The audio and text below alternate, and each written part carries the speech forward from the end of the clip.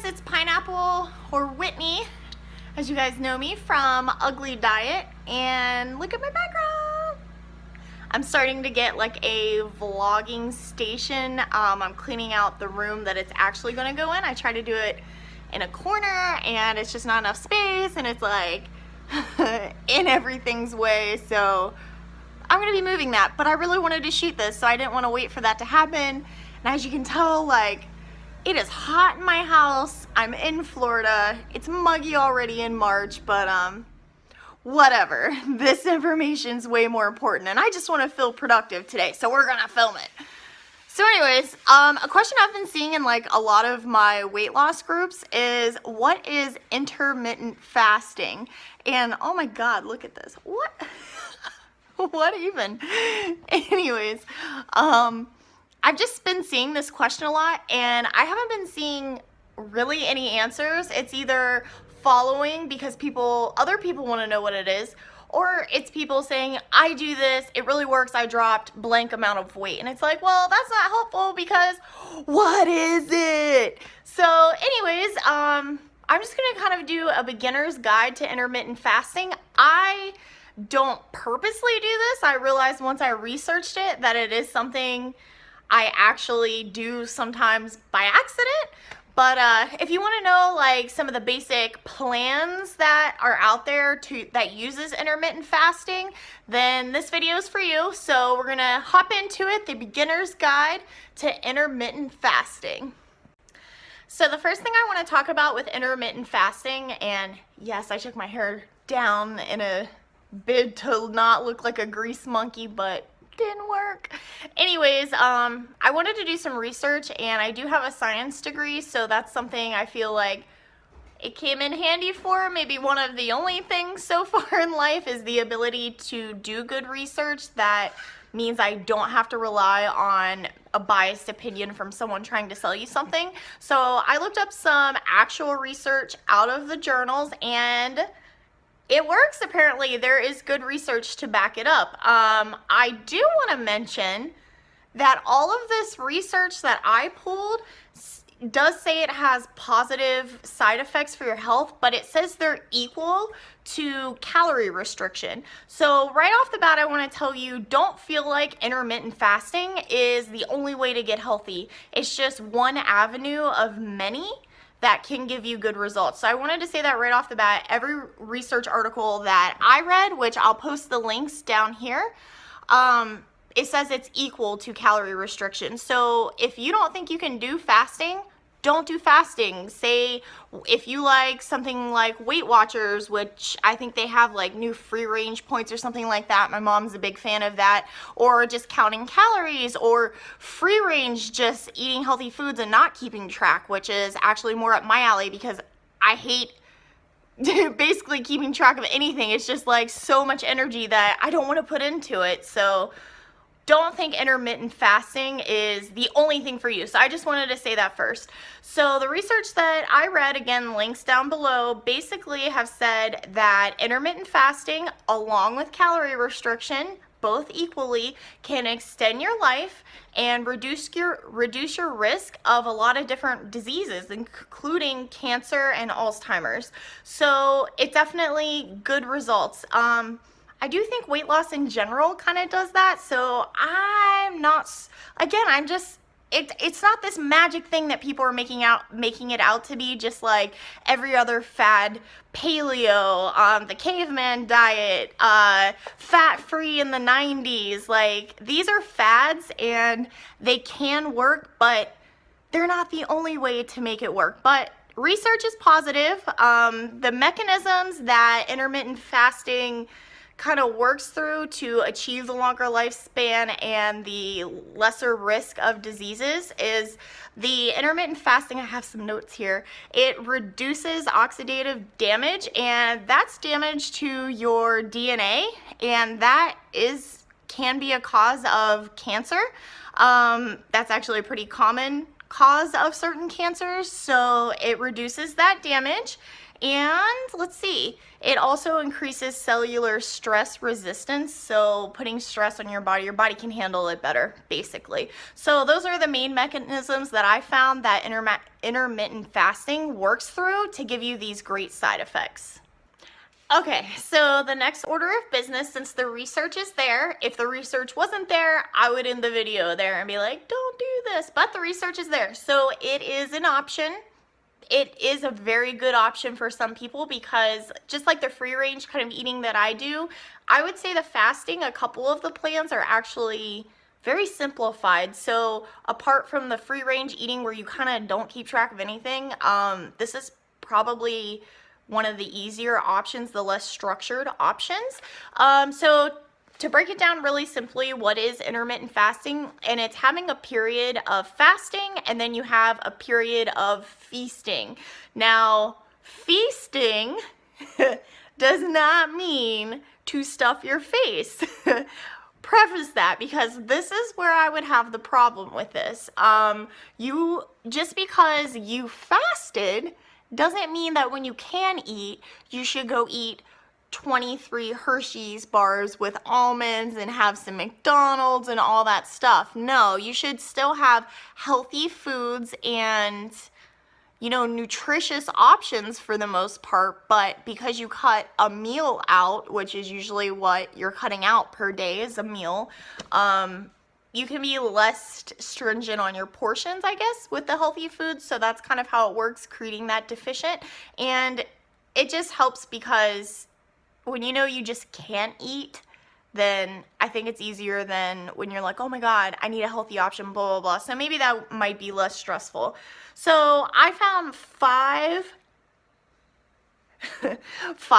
main kind of plans, shall we say, for intermittent fasting. And I'm just going to go through each of them one by one, put the details out there. All the research is really the same for these. I didn't do a lot in depth per plan because most of the research I saw was just kind of generally intermittent fasting and they kind of did their own thing. A lot of the studies were on rodents, mice, monkeys, that type of thing. There are human studies too, like I said, all positive. So I'm not going to say any one plan's better than the other. I think the plan that would work for you, that you will stick to, just like any diet, is going to be your best bet. So let's break down our 5 options.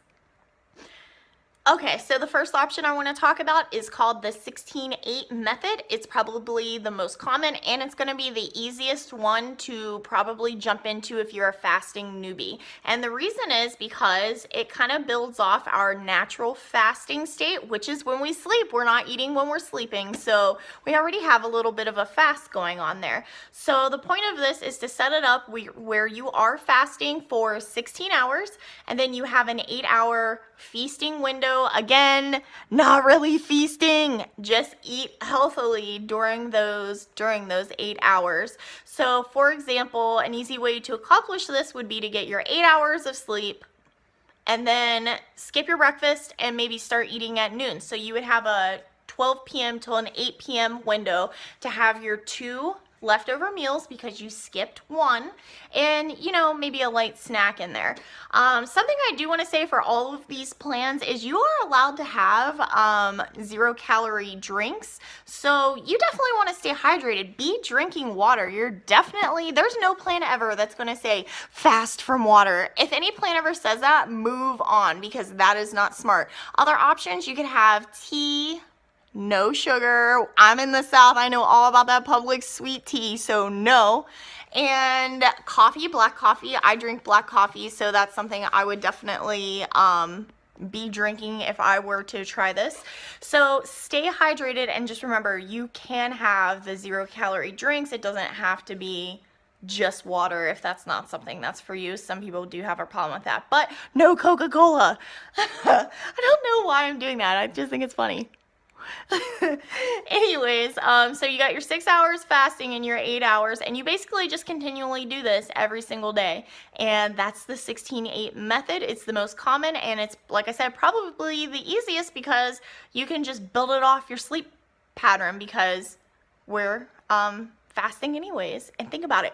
Breakfast is break fast. So definitely, I don't know why I wanted to bring that up, but when I learned it a couple years ago, I was like mind blown. So anyways, I had to throw that in here somewhere, right?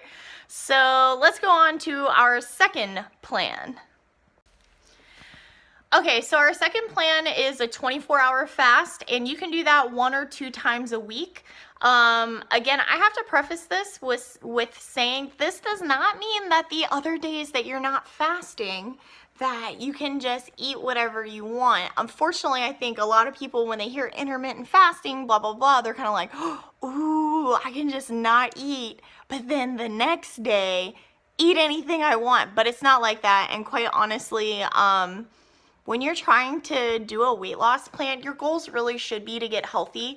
And I know maybe if you're at the very beginning, you can't imagine actually just wanting to drink just water or really wanting the salad or the chicken over some steak gorgonzola alfredo from Olive Garden like my boyfriend ate last night.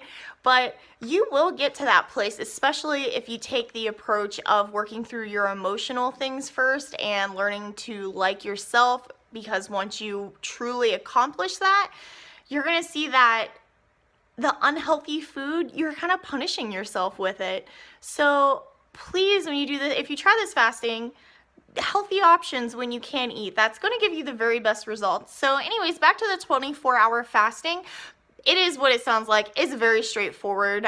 Once or twice a week. If you're new, maybe try the once, just ease into it. You're fasting. Again, you are staying hydrated. Drink your water. Please drink your water. I can't say that enough. And you want to, if you're on a workout plan, take it easy those days. Do not go hard on your fasting days. And other than that, that's your 24-hour fasting. It's very easy, very straightforward. So far, plan 1 and 2, very easy, very straightforward. So the next thing I want to talk about is the warrior diet. Now, this is like the 16-8 method, but it's the 24 method. So 20/4, not 24. So you have a 20-hour fasting cycle every single day, and then you have a 4-hour eating window. This is different from 16 and 8 though, because the 16 and 8, the fasting, you're not consuming any calories. You can drink 0-calorie beverage options, but you're not eating anything. The warrior diet is different. On your 20-hour fasting cycle, you are allowed very small snacks. I mean, a small serving of fresh fruits, small serving of vegetables, small serving of protein, like a handful of nuts. That's what she said. Small snacks like that, and not a lot of them, just kind of enough to get you through.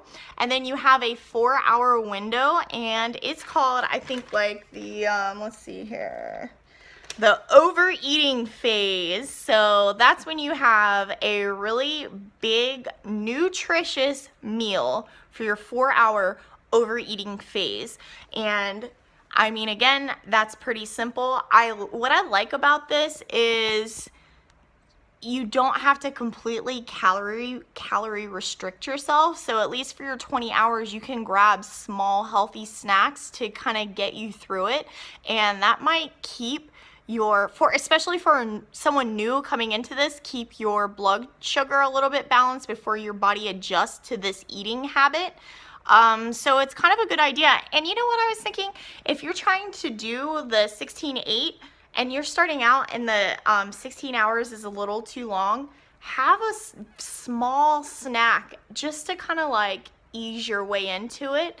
Not a candy bar again, but you can just, again, I said this in another video and it's so true, like there are no hard and fast rules. The thing is, everybody is different. Different things will work for different people. So if you have to tweak these rules, tweak them. Make it work for you. And the fact is, the reason that there are so many different intermittent eating plans is because somebody took intermittent eating and made it work for them and then said, hey, look at this plan. So if you need to do that, do it. The most important thing is you stick with it. So again, the warrior diet is 20 hours of fasting, but you can have the light snacks and then 4 hours of the overeating phase, and then you have a nice big nutritious meal. So let's move on. Anyways, let's get into our fourth intermittent fasting plan, and this comes from Fat Loss Forever. Now, from what I saw, this is a plan that you kind of have to buy, so I couldn't really get a hold of like a specific this is what you do every day. But this plan is a hybrid plan of like the 24-hour fasting, the 16-8, the 24 warrior diet. It's a little bit of everything from what I see. And the reason some people really like this plan is you get a splurge day.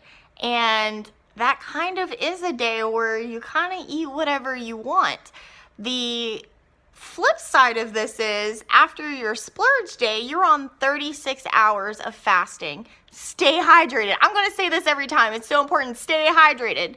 So you do your splurge day once every week. It's a 7-day cycle. Then you do a 36-hour fast. Now for the rest of the days of the week, you do various stages of fasting, and that's something you would get with the plan, I think, if you bought it. So probably some days you're on a 16-8, maybe on one day you're on the 24. It alternates that way. So the upsides that I see of this is a splurge day. At least you can guilt-free have cake, etc. on a special occasion, that kind of thing. So it kind of relieves kind of some guilt for eating those kind of foods because you have a day specifically set out for it. The downside is it's the longest fasting period that I found in these main plans. 36 hours is a long time, and that's just not something that I personally think I could do. But again, for some, a splurge day is going to be worth it. And last but not least, I have a plan. Well, I don't have a plan. I found a plan on the internet to talk to you about, and it is called alternate day fasting. And again, straightforward. It's what it sounds like. Every other day you have a fasting day, and then the next day is a regular eating day. Now, on your fasting day, this is a little bit like the warrior diet, where you can eat when you are on your quote fasting day. It's not a complete 0-calorie fast. You can have about 400 to 500 calories. Let me look at my notes. It says about a fifth of your normal intake. So you can take a look at that and kind of figure out where your calories should be. But as a guideline, we're looking at 400 to 500 per day on those alternate fasting days. And then on your regular eating days, you would eat your regular calories. So a big warning that I really liked when I was reading this that they brought up was, and this goes for all of them, when you're out of your fast, you should eat like you didn't just fast. And what I mean by that is you don't get to eat whatever you want as soon as you come out of your fast, because going and getting fast food for a couple meals and having a dessert or a high-calorie snack every time, that's going to undo your progress, or at the very least, like, slow it down extremely fast. I really think you could easily derail this by eating really bad on the every other day that you can eat. So how they put it was eat like a grown-up. You don't eat chicken tenders on every day. I mean, I love them. I wish I could. But on the days that you're allowed to eat still nutritiously. And I suspect a lot of people are interested in this because I think they think it's a way maybe to get away from eating the healthy food. If you fast, you can, kind of rack up a calorie credit and then burn them on the good foods, meaning, the delicious high-calorie, melted, cheesy, great goodness kind of stuff, but that's not what I mean. So for the alternate day, like I said, 400 to 500 calories for the fasting day, and then the next day, say if you're eating 1,800 calories a day as a diet deficiency, then that's what you want to stick to. It's not a splurge day. So that is actually all 5 of our plans. So we have a 16-8, that's kind of an extension on your sleeping fast. You can add the 4 hours before you go to sleep too. It's just usually a lot of people skip breakfast anyways. never for me. But especially like my boyfriend, like God, he'll skip breakfast every day and not care. So that's like a really easy one to ease into if you're that kind of person, to get your 16 hours of fasting and your 8 hours of eating, where you would have 2 meals left every day. And then let's see, what was the second one I went over? Well, I'm just thinking of the warrior diet, so let's refresh that. We have warrior diet. That's your kind of like the 16-8. You got your 20 hours of fasting and then your 4 hours, which is called the overeating phase. With the warrior diet, you can have very small fresh fruit, fresh vegetable, healthy small protein servings in your 20 hours, and then you have a large nutritious meal within those 4 hours of your overeating phase. Let's see, we had the 24-hour fast, which is where you pick 1 or 2 days a week where you fast for 24 hours, and then the rest of the week you eat nutritiously. You probably, splurge once a week, not a whole day, but a snack's not going to kill you, especially if you're fasting for 2 days out of the week. Then we have the, what is that called again? Fat Loss Forever. I don't want to mess it up because it's like a specific plan that you would buy if that's the one you're interested in. That's our hybrid plan that does the warrior diet, the a 36-hour fast, and your splurge day with, like I said, it's a mix of the fasting of the other 5 days. I totally screwed that up. So you have a splurge day, 36-hour fast, and then the rest of the days a week are going to be a different level of fasting. So that's your hybrid plan, the Fat Loss Forever. And then we have the alternate day fasting. So on one day you eat very low calories, 400 to 500, and then the next day you're going to eat your normal calories, not overeat your calories, eat your regular calories, preferably with nutritious food. So that's really all there is with intermittent fasting. It's not like a really complicated thing. It's just different periods of fasting followed by different periods of eating. Like I said, I just want to say it again, stay hydrated. If you try this plan, please, please, please be drinking water. You really need it. There's no fast that's ever going to say don't drink water. It's just not good for you. It's very important to think of that. And you get a lot of water intake from food. So I would even maybe, if you try the fasting, and I didn't read this anywhere, I'm not saying it's scientifically proven or anything, but just thinking about it, if you get a lot of your water intake from food and you're cutting a lot of food out, a whole meal, then it can't hurt to add an extra glass of water. So I would caution extra water, stay hydrated, and I would also say that intermittent fasting is not a way to avoid getting into healthy eating habits. It's just a way of eating that probably allows you to not worry about your portion sizes too much, but you're still going to want to eat healthy, and you're still going to want to stick between a certain level of calories. You don't want to go over to make up for the day before, because if you're doing that, what's the point? The point is to get the calorie deficit. Oh my God, I keep saying that wrong. The deficit. Blah, blah, blah, blah, blah. So anyways, I've just had a long day. If you can't tell, I can't talk. My friggin' lipstick is smudged. I've been running around everywhere. My house is humid. But I really wanted to get this video out because I see the questions so much. So those are our 5 main plans that I'm seeing on the internet. There's some details about it. The research is backing it up. I cautioned you to stay hydrated. So I feel like that's really all you need to know as a beginner. So if any one of these 5 plans kind of piqued your interest, I'm putting links below to all of the information that I looked at for this. And I mean, if it sounds good, I really hope it works for you, because that is the challenge for losing weight. You got to find out what works for you. And again, know that the rules aren't rigid. All of these different eating plans came about because somebody went out there and said, this is what really would work for me, got good results, and published it. So there's going to be no end in sight on eating plans or fad diet plans, especially, because different things all can work. It just depends on if you stick to it. So if you think intermittent fasting is for you, definitely give it a look. I'm putting the links down below, and let me know how it goes. I